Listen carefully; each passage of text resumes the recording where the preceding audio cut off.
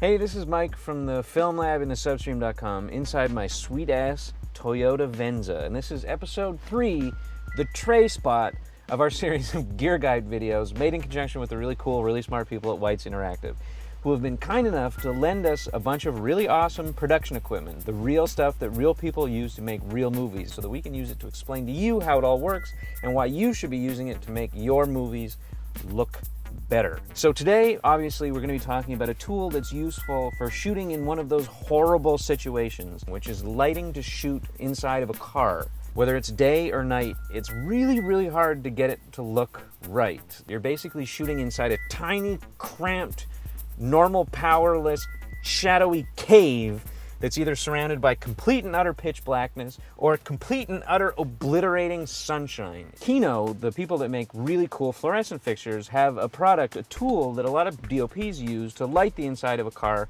that works at night. And it's this thing here. It's a 15-inch, they make them smaller as well, but this one's 15-inch Kino car kit. And what it is basically is just a miniature Kino lamp, like we've been talking about in episode 1 and 2. These are just miniature Kino fixtures with a 15-inch bulb. It's got the louver in front to control the light, and it's really kind of lightweight, flexible, and durable, so you can do a bunch of cool stuff with it. Like tape it in front of your dashboard. It's got a head cable that runs from the fixture to the ballast that's long enough that you can hide it in the back seat. And the ballast is wired to run off of power from your cigarette lighter. How cool is that? It works just like a regular Kino. Once it gets power, you turn it on, and away you go. It even comes with a little cool dimmer to control how much light comes out. Just like regular Kinos, you can use any kind of Kino bulbs in it. This one's got a daylight bulb. It comes with a bunch of tungsten bulbs in the back there. So what you're using this for after you get it all set up is a source that mimics your practical light, which is your dashboard instrument cluster. You have to mess around with it to get it just right, and you have to decide if you're going to err on the side of having your character lit up really bright or something more naturalistic. It'll never look quite exactly right, and that's because if you ever find yourself driving down the moonlit countryside and you look over at your friend, for example, or if you're a passenger, look over at the driver, they're gonna be pitch black, and you can't photograph that. So shooting inside of a car is always a matter of how much you want to cheat. And if you pay attention to scenes shot for TV shows or for movies in cars, there's always a bunch of weird movie stuff going on. Characters are lit by seemingly super bright dashboard clusters. And did you ever notice that everybody seems to be driving modern cars that don't have headrests on the back of their seat? Yeah, people in movies just hate headrests. They like breaking their necks a lot. It's not because it's easier to shoot reverse shot from the back seat without headrests. It's just because they don't like safety. So once you've got this thing all set up the way you like, there's 2 tools that can really help you sell it.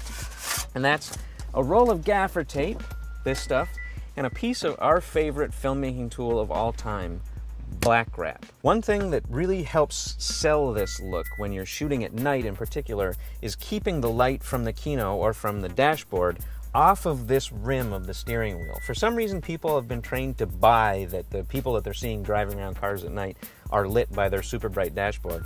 But when you see this thing lit up, it doesn't look right for some reason. It breaks the illusion. So what you want to do is, after you've got this set up the way that you want it, you stick the black wrap in like so and use it to try and mold the Kino's really soft, kind of not so directional light so that it hits me but doesn't hit this rim of the steering wheel. Now, if you had a friend or you're ever making a movie about more than just one person, which is a really good idea and something that we should look into, the kit actually comes with 2 lamps, so you can tape one on the dashboard and another one under the dash over here in the passenger footwell. You can tape them in the middle of the console here, or you can tape them to the roof. With a roll of gaffer tape and a couple of really lightweight small Kinos, you can do almost anything. They're really flexible and they don't get hot, so they won't burn up the inside of your car. It's part of what makes them such really neat tools. And it's something we use to make a really cool short film about a lonely hitman cruising the gritty streets of Toronto that I hope you enjoy, where you can see the dashboard Kino